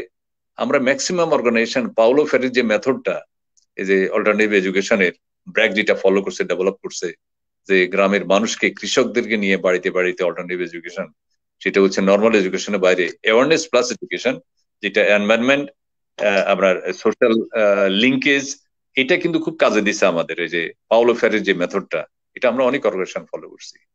2000 পর থেকে আমরা আস্তে আস্তে দেখলাম পিপলস অর্গানাইজেশন যদি না করি, এখন প্রতিটি সমিতিতে আমাদের মেম্বার 30, এই 30 সমিতির মধ্যে সাব গ্রুপ আছে 5জন করে। এরা এক একটা সমিতি আপনার আমাদের থেকে এত রিলেশন, কোলাটেরাল বলতে কিছু নেই, আমরা খাম নাই, স্টাম নাই, কিছু নাই। ওরা 5 জন একত্র হইলে আমরা লক্ষ লক্ষ টাকা দিয়ে দিচ্ছি, এবং দে আর সো গুড। এত ডিজাস্টারের পরেও আমাদের রিকভারি রেট 99 এবং 98, এবং কোভিড সিচুয়েশনে টিল নাও আমাদের রিকভারি রেট আমরা 90+। কারণ মানুষ বিশ্বাস করে যে এরা আছে বিদায় আমরা টিকে আছি, কারণ ও তো ব্যাংক থেকে কোনো টাকা পায় না, এবং ওর যদি মিসিং হয় 10% লস হলে আমাদের লস নাই, কিন্তু 90% লোক যদি পেমেন্ট করে আমরা বুঝি অর্গানাইজেশন উইল সাস্টেইন। তো আমি এই পর্যন্ত শেষ করতে চাই, আজ অনেক কথা বলে ফেললাম। শেষ করবেন না আপনি, আপনি শেষ করলে হবে না, এখন সবাই আসবে, আমাদের অনেক বক্তব্য আপনার কাছ থেকে তো অনেক কিছু শুনলাম, এমন সমস্ত গল্প শুনছি যেগুলো আমরা আগে কখনো শুনিনি, আগে তো কখনো শুনিনি। যদি কোনো প্রশ্ন থাকে আমি বিশ্বাস করি প্ল্যাটফর্মের ভাইরা আসবেন বাংলাদেশে, মুক্তিযুদ্ধ আর হবে না বাঙালিদের। আমরা এপার ওপার বলি না, আমরা ভারতে বলি না, বাংলাদেশে। তুমি আমাকে অফ করে দাও, শাহজাহান খান। হ্যাঁ, আমরা বলি আমরা বাঙালিরা সবাই মুক্তি। আপনাদের তো স্যাক্রিফাইস, কলকাতাতে আমি ছিলাম যুদ্ধের সময়, আমি দেরাদুনে ছিলাম, এই স্যাক্রিফাইসটা সাধারণ মানুষ করেছে। এটা অভুক্ত থাকার পরেও, না খাওয়ার পরেও যুদ্ধাহত মুক্তিযোদ্ধাদেরকে এবং শরণার্থীদেরকে সাধারণ মানুষ তার বাড়ি থেকে, নইলে এত তখন তো কোনো সাহায্য ছিল না। আমি যাই, এখন কিন্তু মানুষের কোটি টাকা মানবিক গুণাগুলিটা কিন্তু এখন ওই মূল্যায় যেন ছিল না। আমরা কিন্তু ওই যে আমরা প্রায় বাংলাদেশের 2.5 লক্ষ 3 লক্ষ ছেলে ইন্ডিয়াতে গেছি, আবার আসছি 1 ইয়ার, কোনো বেতন নাই, ভাতা নাই। এই যে মানুষের ভালোবাসা নিয়ে আবার ব্যাক করে আসছে, এখনো জীবিত আছি, মানুষ ভালোবাসে। আমার আমাদের চাইছে মতো জব করে, সবাই জানে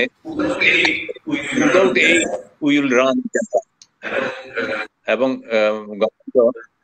প্রচুর শ্রদ্ধা করে আমাদেরকে, গভর্নমেন্টের পলিটিক্যাল লিডাররাও আমাদের সাংঘাতিক ইয়ে করে। এইটা হচ্ছে বাংলাদেশের মুক্তিযুদ্ধটা, সবাই বাঙালি জনগোষ্ঠীর সবাই। দাদা ভাই একটু ইকো হচ্ছে, তো আপনার ওখানে সাউন্ড পাশাপাশি একটা মানে আমার মনে হচ্ছে কেউ একটা পাশে দাঁড়িয়ে পাশে কোনো একটা ছেলে হয়ে গেছে। হ্যাঁ, আমার এখানে কোনো ইয়ে নাই। এবার ঠিক আছে, এবার ঠিক আছে। পাশে যদি আরেকটা সেট থাকে তাহলে হয় আর ওটাকে অফ করে আবার আপনি বলুন, আমরা শুনতে চাই। না, আমি আমার কথা রেসপন্ড হচ্ছে ক্লাস নেই, বলা আছে।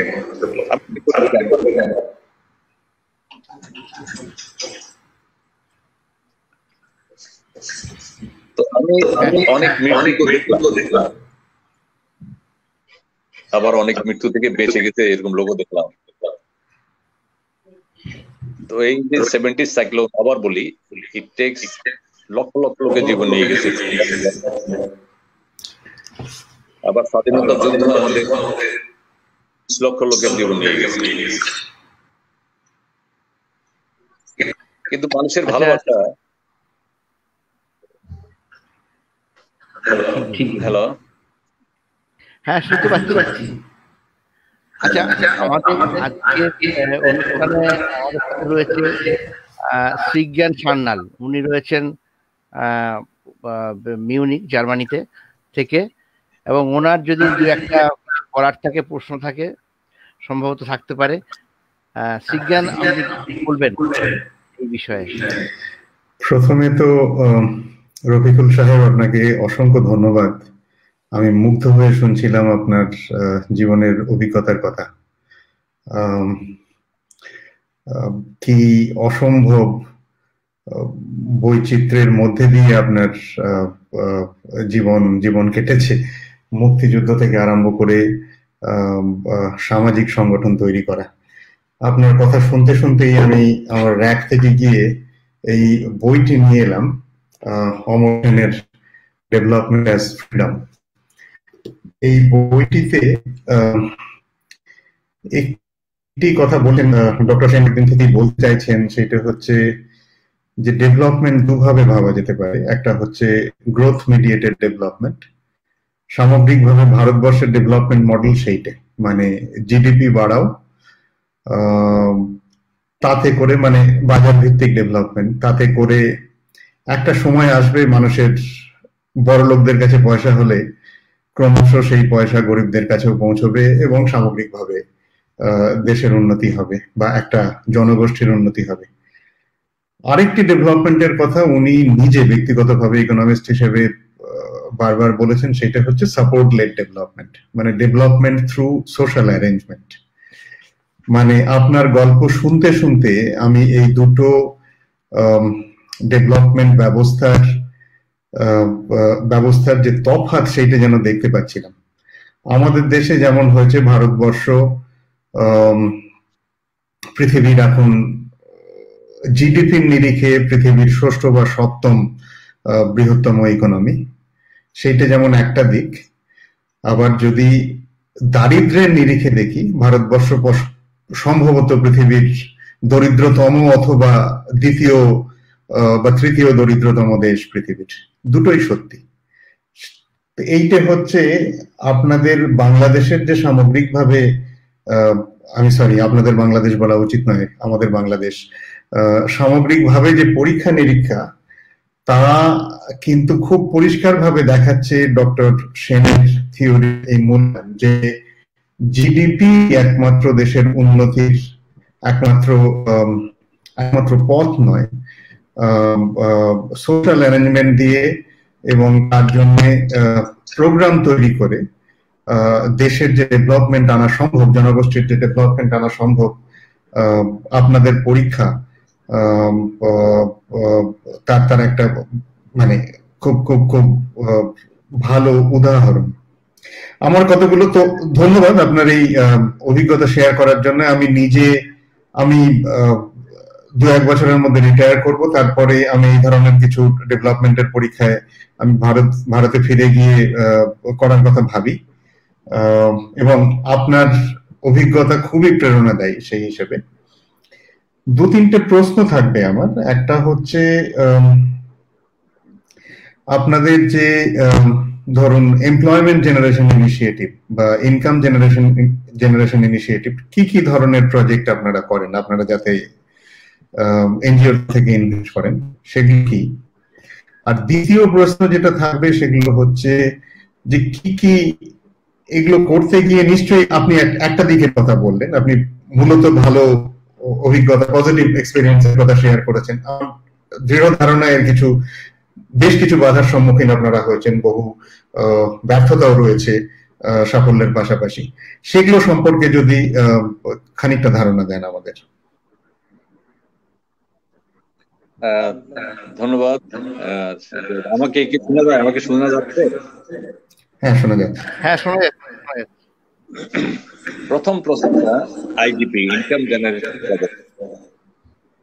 এটা আমরা যে কোনো ক্ষুদ্র উদ্যোক্তা আমরা 3 ভাগে ভাগ করি। একটা হচ্ছে স্মল এন্টারপ্রেনিউর, এটা হচ্ছে পারিবারিক ভাবে ওরা যদি হাঁস মুরগি করতে চায় বা মুরগি করতে চায়, এইগুলি আমরা দেশি আমাদের ইন্ডিজিনিয়াস যে ভ্যারাইটি গুলো আছে এগুলিকে ডেভেলপ করার জন্য আমরা ফান্ডিং করি। আর এগুলি প্রাইসও বেশি এবং ওরা এগুলি কোপ করতে পারে। এই জন্য আমরা স্মল স্কেলে, যেমন আমরা মুরগির কথা বলি, দেশি মুরগি, এটা প্রাইস খুব বেশি। কোস্টাল বেল্টে এদুলি ফুড আছে প্রচুর, যেহেতু আমাদের কোস্টাল এরিয়া, এগুলিকে আমরা ডাক, পোল্ট্রি স্মল স্কেলে 20 থেকে 25 হাজার টাকার মধ্যে ফান্ডিং করি। এখন এগুলির জন্য রিস্ক যেটা হচ্ছে, পাশাপাশি কিন্তু আপনার বড় গভর্নমেন্টের ফান্ড নিয়ে পলিটিক্যাল লিডাররাও কিছু কিছু বড় বড় পোল্ট্রি করে। এগুলির জন্য মার্কেটে যে কম্পিটিশনটা হয়, এটা আমাদের এন্টারপ্রেনিউররা ঢুকতে পারে না মার্কেটে কম্পিটিশনে। এখানে বাংলাদেশের ক্যারেক্টার প্রচুর চাঁদাবাদির সম্মুখীন হতে হয় এবং এদের কোয়ালিটিকে মার্কেটে কোয়ালিফাই করে না, এবং এরা বলছে এগুলি ফ্রি নয়, মানে এখন তো এগুলি ডিজিজ ফ্রি কিনা। এই রিস্ক গুলা আমরা ইয়ে করি। বড় একটা এক্সাম্পল হচ্ছে চেয়ারম্যানদের ফিসটা ঢাকা পৌঁছানোর জন্য আমরা অনেকগুলি বাধার সম্মুখীন হয়েছে। এগুলি অনেক মিডিয়া অনেক ক্রস করে একটা ইলিশ মাছ ও ঢাকাতে এটা ডাবল প্রাইস। এখানে একটা গ্রুপ করে মানে মার্কেটিং এরকে এখন পর্যন্ত মেনি পলিটিক্যাল টাবু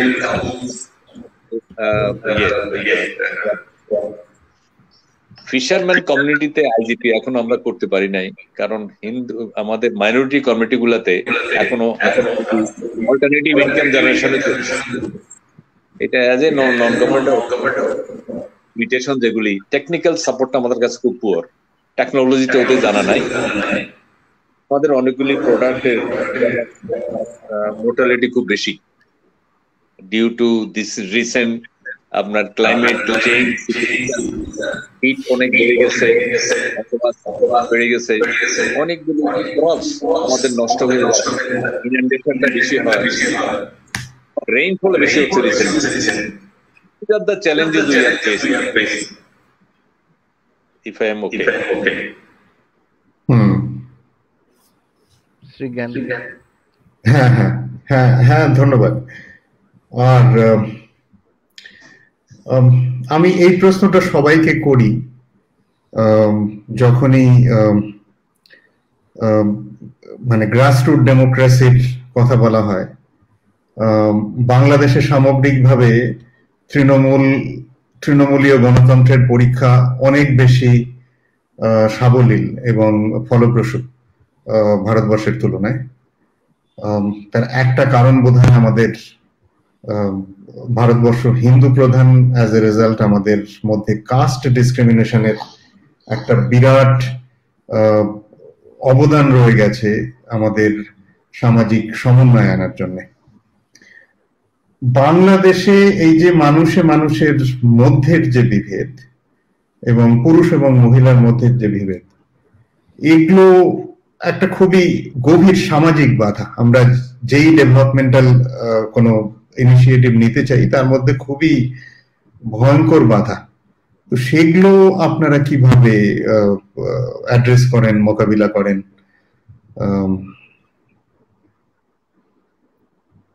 ভেরি গুড কোশ্চেন। আমরা ওই যে জেন্ডার ডিস্ট্রিবিউশন কমন করবে, আমরা কিন্তু আমাদের স্কুলিং এ স্কুল যেগুলি আমরা চালাই সেখানে এনরোলমেন্টটা আমরা অন্তত আগে 20 বছর আগে উইমেন এনরোলমেন্ট ছিল অনলি 10%। আমার মাও ক্লাস 5 পাস করতে পারেন, যদিও আমার বাবা একজন লয়ার। সেখানে বাংলাদেশের রিসেন্টলি কিন্তু স্কুলিংটা এনরোলমেন্ট এন্ড স্কুল বাড়ছে। ডিসক্রিমিনেশন আছে in respect of political power and social power, এটা তো বহুদিনের এক্ষুনি ধরা সিস্টেমটা চালু আছে। তাদের নন গভর্নমেন্ট অর্গানাইজেশন গুলা তারা এই ব্যাপারে তারা খুব সেন্সিটিভ। আমাদের এনজিও গুলাতে অন্তত এমপ্লয়মেন্ট রেট আমরা 30% পর্যন্ত রাখি। আর ইদানিং আপনার জানবেন প্রত্যেক উপজেলাতে আমাদের সোশ্যাল মেয়েদেরকে আমরা সাইক্লিং করার জন্য প্রমোট করতেছি। আমাদের ইয়েতে বাইসাইকেলে এখন মেয়েরা স্কুলে যেতে বাংলাদেশে, যেটা আগে চিন্তা করা যায়নি। তারপর আমরা ওই যে কমিউনিটি রেডিও, হাতিয়া মতো আইল্যান্ড ছোট্ট একটা জায়গা, অনলি গার্লস আর রানিং। আমাদের একটা রেডিও স্টেশন, মেয়েরা বাড়ি থেকে উঠতে সকাল 8টা থেকে রাত 8টা পর্যন্ত they are making the news, they are making the drama, এবং তারা ওই যে উইমেন এম্পাওয়ারমেন্ট যত ইস্যুগুলো আছে, অ্যাডলোসেন্ট মেয়েদের যে প্রবলেম আছে, দে আর টকিং ইন রেডিও।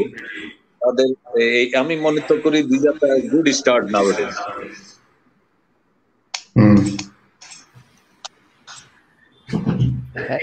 এই প্রসঙ্গে আমি একটা কথা বলছি, সেটা হচ্ছে যে এই কমিউনিটি রেডিও নিয়ে আপনার একটি ইন্টারভিউ আমি পড়লাম, মানে দেখলাম, ইউটিউবে রয়েছে, এবং এটা আমাদের খুবই ভালো লাগলো। তার কারণ হচ্ছে এটা কিন্তু সব ক্ষেত্রেই কাজে লাগে। ঝড় বৃষ্টি বিপর্যয় তো সারাক্ষণ থাকছে না। এটা আমাদেরও ডক্টর সুজয় সাহাও এ নিয়ে বলবে যে আমরা যখন কোনো একটা নতুন টেকনোলজি নিয়ে যাচ্ছি যেটা কিনা দুর্যোগের পূর্বাভাস দেবে, দুর্যোগ চলাকালীনও কিছুটা সাহায্য করবে, এবং দুর্যোগের পরে যে ত্রাণ এবং উদ্ধার কাজ চলবে, সেই ক্ষেত্রে যোগাযোগ ব্যবস্থা রেডিওর মাধ্যমেই হোক, মানে তারহীন এবং তারযুক্ত, মূলত তারহীন যোগাযোগ ব্যবস্থা যাতে কাজ করে। কিন্তু যখন বিপর্যয় থাকবে না, তখন এই এত বড় সিস্টেমটা নিয়ে আমরা কি করব? মানে এই ধরনের দুর্যোগ হচ্ছে না সারা বছর, তখন এটা মানুষের, এই যে আপনি যে উদাহরণ দিলেন, এটা একটা অসাধারণ উদাহরণ। তখন সেটা মেয়েদের অধিকার, তাদের সচেতনতা, তাদের নিজেদের মধ্যে যোগাযোগ, এবং সেটা মানে সামগ্রিকভাবে সামাজিক সচেতনতা বাড়িয়ে তোলার কাজে কিভাবে লাগানো যায়। আমার মনে হয় দ্বীপ উন্নয়ন সংস্থা এই ব্যাপারে যে কাজগুলো করছে এটা খুবই দেখার ব্যাপার। আমি নিঝুম দ্বীপ সম্পর্কে বললাম, আমি আর আজকে বেশি প্রশ্ন করছি না, কারণ আমি বলবো যে আপনার কাছ থেকে আমরা আরো একদিন শুনব, আমরা প্রশ্নগুলোকে আরো গুছিয়ে নেবো। আমি এখন ডক্টর সুজয় সাহার কাছে যাবো। প্রফেসর সাহা, কিছু বক্তব্য বা প্রশ্ন আছে? না, আমার খুব ইন্টারেস্টিং লাগছে শুনে, এবং কথাটা ইকো হচ্ছে বোধহয় কোনো জায়গা থেকে। হ্যালো, এখন শোনা যায়? এখন শোনা যাচ্ছে, ঠিক আছে। দুটো জিনিস আমার ভালো লাগে।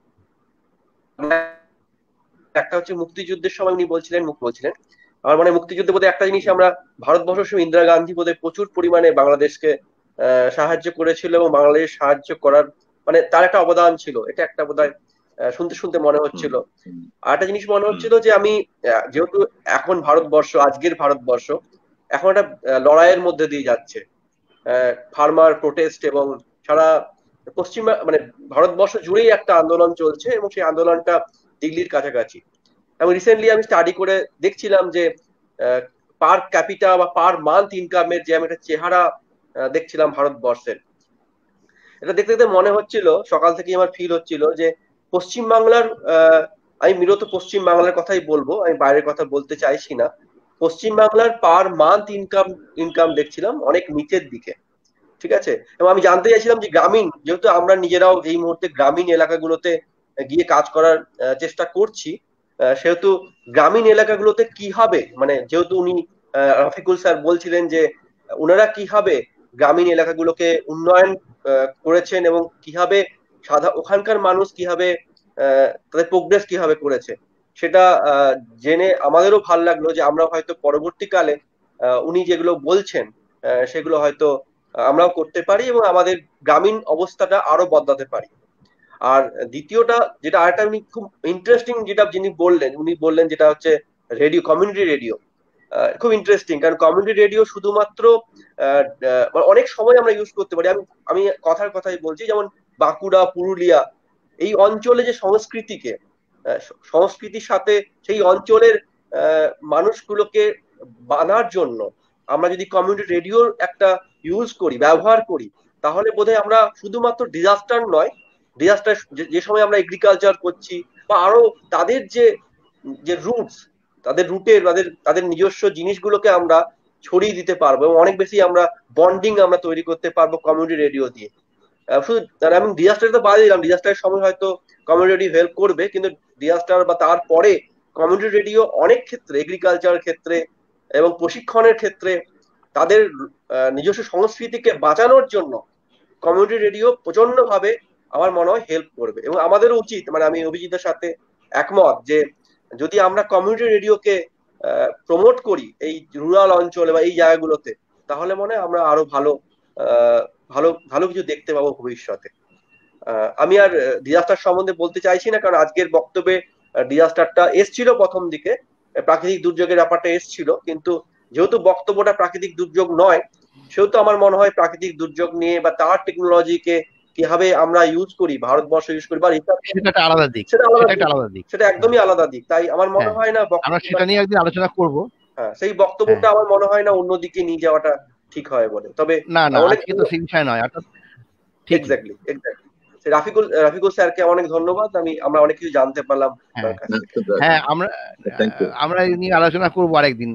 সুজয়কে বলছি যে ডক্টর সাহা, মানে ঘূর্ণিঝড় এবং বিশ্ব উষ্ণায়ন, এটা বঙ্গোপসাগরের উপরে যে আমরা যেটাকে বলি এসএসটি বলি, সি সারফেস টেম্পারেচার, এইটাকে বাড়ানোর ফলে সেটা ঘূর্ণিঝড়ের প্রবণতাকে কিভাবে বাড়িয়ে দিয়েছে, এবং আগামী দিনে আমাদের আরো কি করা উচিত, এর যে সায়েন্টিফিক টেকনোলজিক্যাল দিকটা, এটা নিয়ে আমরা আরেকদিন আলোচনা করব, এবং আমরা আবার রফিকুল সাহেবকে আমন্ত্রণ জানাবো যে আমাদের সেই আলোচনাতে আপনি থাকবেন।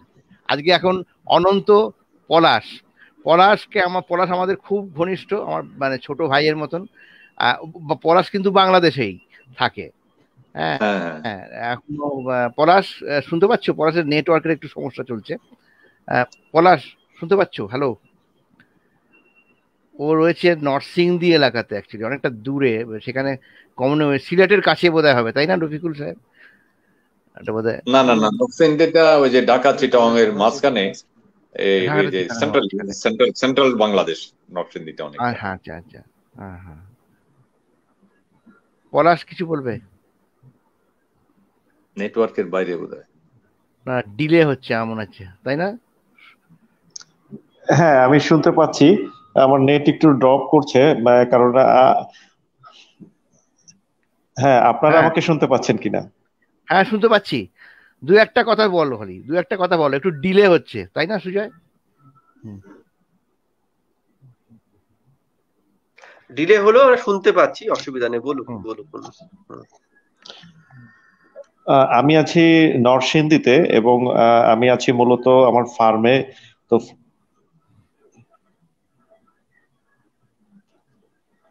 এটা 35 থেকে 40 কিলো মতো আর কি।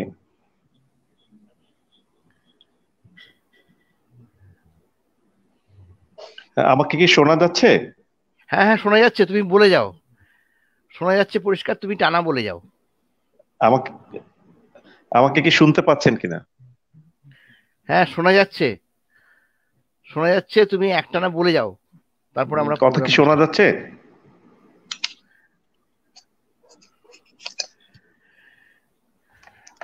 অভিজিৎ একটু ওয়েট করো, উনি শুনতে পাবেন, একটু ওয়েট করো। হ্যালো, আমার মনে হয় নেটওয়ার্কের একটা সমস্যা হচ্ছে, চলে যাচ্ছে কানেকশনটা। আচ্ছা ঠিক আছে, আমরা ছেড়ে দিই। আমার কথা কি শোনা যাচ্ছে কিনা? হ্যাঁ হ্যাঁ। আর আমরা কি আজকে তাহলে মোটামুটি প্রোগ্রামের শেষের দিকে যেতে পারি রফিকুল সাহেব?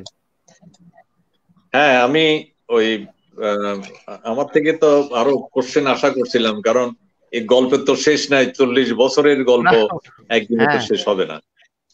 তবে আমি অনেক বিষয় আর কি, যাই হোক। ডক্টর সৃজন একটা ভালো কোশ্চেন কোয়ারি করছেন জিডিপির কথা। জিডিপি বাংলাদেশে বা আমাদের ভারতবর্ষে জিডিপি যেভাবে কাউন্ট হয়, ডক্টর সেনের প্রেসক্রিপশনটা আমরা কিন্তু বাংলাদেশের এনজিওরা খুব ভালো করে এটা ধারণ করি। কারণ সোশ্যাল ইন্ডিকেটর গুলি রিচ যদি না হয়, নাম্বার অফ স্কুলিং যদি না বাড়ে, ম্যাটারনাল মর্টালিটি, চাইল্ড মর্টালিটি যদি কমিউনিটিতে না কমে, আপনি শুধুমাত্র ইকোনমিক ইন্টারভেনশনে মানুষকে বেশি দিন ধরে রাখতে পারবেন। That is our experience. এই জন্য আমাদের প্রত্যেক প্রোগ্রামের সাথে antenatal care, postnatal care, child mortality, আপনার other adolescent coverage, old people support, আমাদের যে প্রোগ্রাম আমরা ডোনারদের সাথেও করি, আমাদের কন্ডিশন গুলি থাকে। কারণ কমিউনিটিতে মাল্টি ক্লাস পিপল থাকে। যে লোকটা স্বাধীনতা যুদ্ধের সময় দেশের জন্য যুদ্ধ করছে, ইজ না ওল্ড পিপল, 80 ইয়ার্স এজ। এইটা এদেরকে নিয়ে কিন্তু আমরা যেটা করি স্মল স্কেলে, it is not big population. আমাদের আপনার 50,000 পপুলেশন আমরা কভার করি হাউস হোল্ড। কিন্তু আমরা এখন চেষ্টা করতেছি, আমার নতুন মডেল হচ্ছে ডক্টর সেনের যে প্রেসক্রিপশনটা, কিপিং পিপল, জিডিপি শুধু বাড়াই, গভর্নমেন্টের যে প্রেসক্রিপশন, এটা দিয়ে কিন্তু আমাদের বাংলাদেশের history, living with social harmony maintain করা, কিন্তু আমরাকে ইন্টারফেয়ার করতে হবে, যেটা আমরা বিশ্বাস করি। আমি if I agree with doctor Sanyal, এটা আমরা if you have any comment on it. না 100 বার। ইনফ্যাক্ট ওই ডক্টর সেনি দেখিয়েছেন পৃথিবীর বেশ কয়েকটি দেশ, যেমন ব্রাজিল, সাউথ আফ্রিকা, এরা একদিকে, এবং সামগ্রিকভাবে Bharat with single exception of Kerala, এরা জিডিপি বাড়িয়ে ফেলতে পেরেছে গত 30-40 বছরের চেষ্টায়।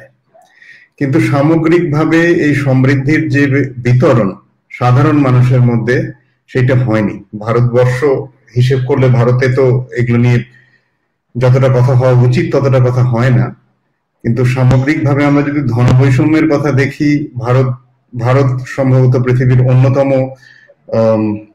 ধনবৈষম্যের দেশ,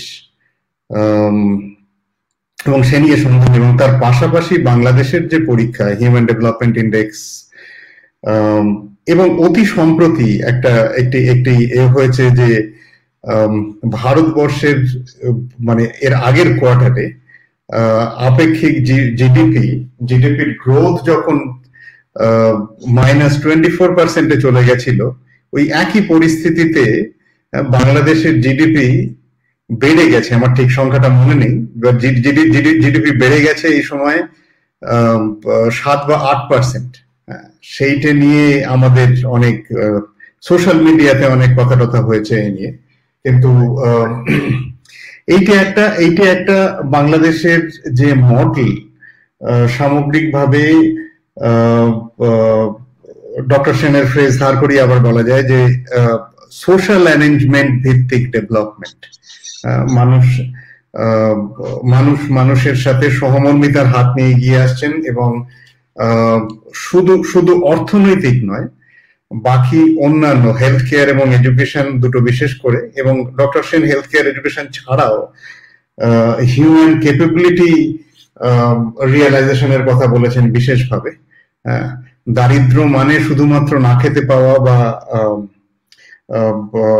অর্থের অভাব নয়, দারিদ্র মানে মানুষের তার যে হিউম্যান ক্যাপাবিলিটি সেইটা রিয়েলাইজ করতে না পারার মানে করতে না পারার যে ব্যাপার, সেটাই দারিদ্র। এবং সেই হিসেবে বাংলাদেশের পরীক্ষা নিশ্চয়ই উল্লেখযোগ্য এবং অনুকরণীয় পৃথিবীর বহু দেশের পক্ষে, ভারতবর্ষ সহ। এবং আপনার যে নিজের ব্যক্তিগত অভিজ্ঞতা এবং ব্যক্তিগত পরীক্ষা, তা সেদিকে নির্দেশ করছে, সে ব্যাপারে কোনো সন্দেহ নেই।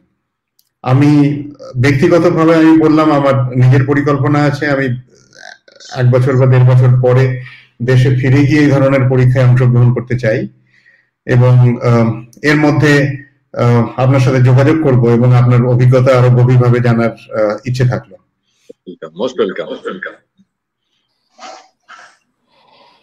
অভিজিৎ দা, হ্যাঁ, পলাশের সাথে যোগাযোগটা করা যাচ্ছে না।